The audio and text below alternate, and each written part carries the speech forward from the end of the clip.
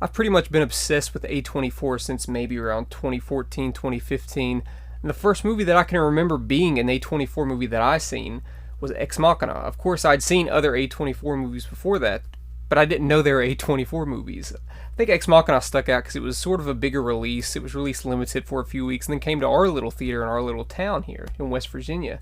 And it really stood out to me, and I realized that there were quite a few other movies that I really enjoyed that A24 put out. And since then, they've been really successful at making really artful films. They've won a few Oscars. They won Best Picture in 2017 with Moonlight.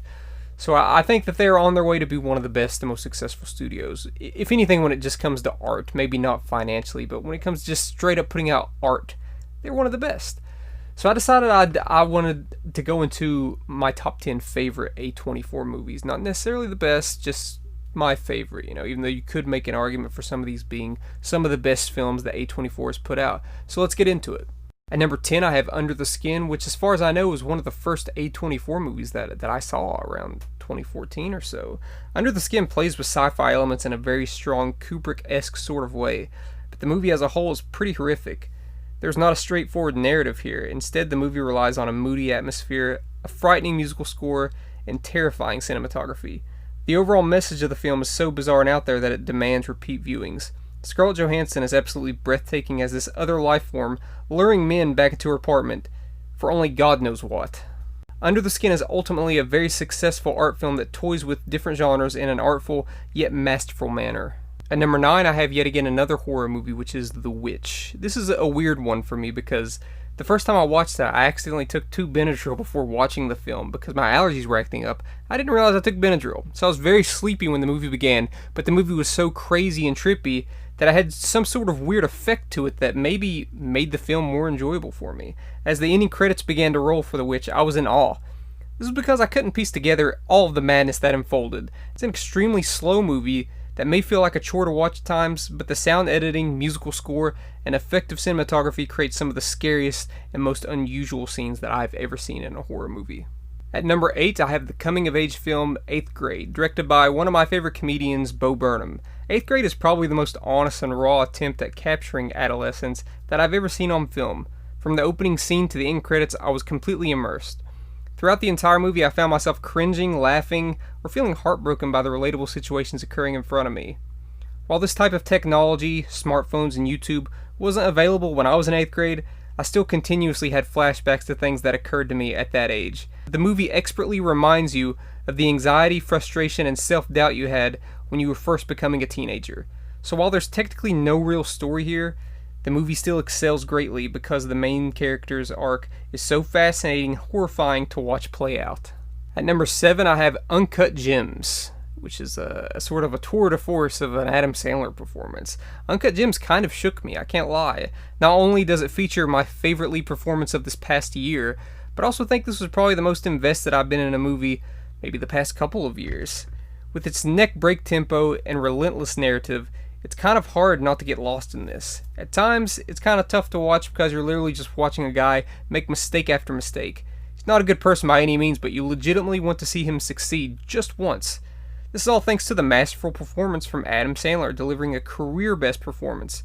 Not only did he probably deserve an Oscar nod, he may have very well deserved the Oscar win. The film also made me feel sick and uneasy at times, largely thanks to the pulsating musical score that just will not quit. Even in moments where you think it's okay to let down your guard, it's totally not. The direction also doesn't shy away from the grimy environment that these characters are living in. I just really think that this movie is anxiety on screen, and it's hard not to deny the talents that were put behind all that. At number 6, I have the Oscar winner for Best Picture in 2017, Moonlight. Moonlight is an art house coming-of-age story like no other. The movie breaks up into 3 parts showing the main character as a young boy, teenager, and adult. This type of uniqueness within the narrative makes this movie fly by. Moonlight is basically a series of powerful moments adding up to an extremely heart-wrenching message. It's a simple premise. Sure, it's done beautifully and artistically, but it's not hard to follow in the slightest. Now when it comes to the coming-of-age aspect, it's unlike anything I've seen. I've never seen a movie which shows a boy discovering his own sexuality in this manner. It's also a movie about humanity, showing certain figures in society that are typically not seen as regular humans. The musical score is very classical, adding to the eerie and moody elements of the film. Aside from a second act ending that's one of the most shocking I've seen in the past 5 or 6 years, this movie is very quiet. I think it's important to know these things because I really don't want to build this movie up too much.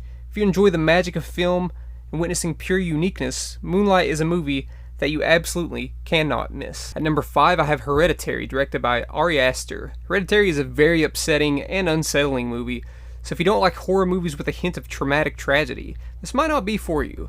Hereditary haunted me in the theater, and haunted me for several weeks after watching it in the theater. Everything from the visual direction to the extremely unsettling musical score works greatly. And yeah, everything that you've heard about Toni Collette in this is true. She absolutely deserved the Oscar nomination. She's an absolute powerhouse, giving one of the most memorable performances in a horror movie that I've seen since probably Jack Nicholson in The Shining. To me, the horror lies within the tone of the movie. It's the kind of movie that doesn't mind taking its time, but if you get swept up in the atmosphere, you'll feel uncomfortable from the beginning. And yes, there are legitimate scares in this movie. Not only that, but the camera finds a way to linger on horrific images that will certainly haunt your dreams. You think you know where it's coming, but the outcome is ultimately so much different, bleaker, and more beautifully crafted than you'd ever expect. At number 4, I have Ex Machina. Ex Machina substitutes typical action sci-fi with moody and eerie cinematography. Is it thrilling? Yes, but not in the sense that you'd expect. It's a story-driven, dialogue-heavy film, but the look, the music, and the performances make it just as thrilling as a textbook thriller. The CGI, which earned the movie an Oscar win, may be subtle, but it's constantly convincing and gorgeous. There's humor scattered throughout the film. It's the kind of humor that just feels natural in conversations. Alicia Vikander gives a mind-blowing performance considering that this was probably the first thing that I'd ever seen her in. It's probably one of the best science fiction movies since maybe District 9 in 2009. I've got a feeling that everyone will talk about this movie 20 years down the road. At number 3, I have the wildly underrated The Last Black Man in San Francisco.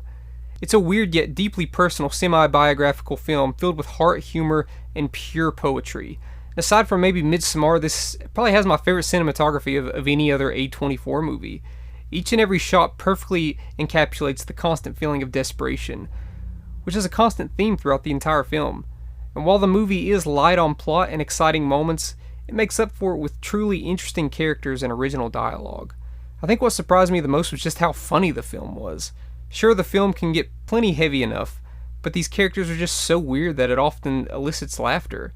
And to help build the film's wonderful atmosphere is a beautifully haunting score. I was liking the movie fine, but the final 20 minutes or so brought out a surprising amount of emotion in me. It's not like it's a huge sweeping moments, but it's the subtle emotional beats that really hit. At number 2, I have Lady Bird. Lady Bird is a small and simple movie about small and simple problems, but it's those minor problems that hurt us so bad and make us who we really are in the long run. That's essentially Lady Bird in a nutshell. It's the kind of movie that doesn't have a lot of narrative heft, but in terms of dialogue and the way the characters are written, this is indeed a coming-of-age masterpiece. From the first 5 minutes, I was all in. The meat of this film is indeed the mother-daughter relationship portrayed beautifully by Saoirse Ronan and Laurie Metcalf. That's not the only thing that the movie does well, though. It also portrays friendship in a unique way, while also showing you how one can simultaneously have extreme hate and love for their own hometown. These aren't new ideas or anything, but so rarely does a movie actually execute it as perfectly as this. I'll also say that the direction is fresh and stylish, making this a highly impressive directorial debut from Greta Gerwig. John Bryant, who's my favorite music score composer, delivers a quirky yet heartfelt score that also adds a nice touch to the timely and relatable themes of the film. I also really enjoyed the soundtrack choices here, considering that the movie is a period piece that takes place in the early 2000s, which in itself is pretty unique. I just really loved everything about the movie, and I know a lot of people are kind of lukewarm on it and think that it's overrated, but I really love this movie. And at number 1, I have Room. Room is probably the most engaging and heartbreaking film of the past 5 to 10 years, honestly. It's a hard movie to explain to someone because you don't want to give away everything. All I can say is that for the first hour, the movie contains some of the toughest scenes to watch, maybe ever. We basically have a mother and a son locked in a room, not knowing exactly what is going on outside of said room. It's tense, scary, and flat out emotional. Without brilliant performances, I'm not really sure how this thing would have played out. Brie Larson and Jacob Tremblay deliver quite possibly the most bone-chilling performances of the past 10 years, both dealing with PTSD in a way we've yet to see in film. When someone spends most of their life not knowing that there's a whole world out there, the adjustment is quite hard. I wish I could say more, but I don't want to give away too much. I can say that the levels of emotion I reached while watching this film was seriously ridiculous. I felt as though I'd been put through this traumatic event with them, which means this movie went above and beyond in its delivery. Room is just beautiful and shocking, while still telling a story that is relevant in today's time. This needs to be seen by everyone, and it deserved any award that it may have got. Those are my top 10 A24 movies. Let me know in the comment section below what your favorite A24 movies are, or if you even remotely agree with my top 10. Hit that subscribe button, and thank you for watching.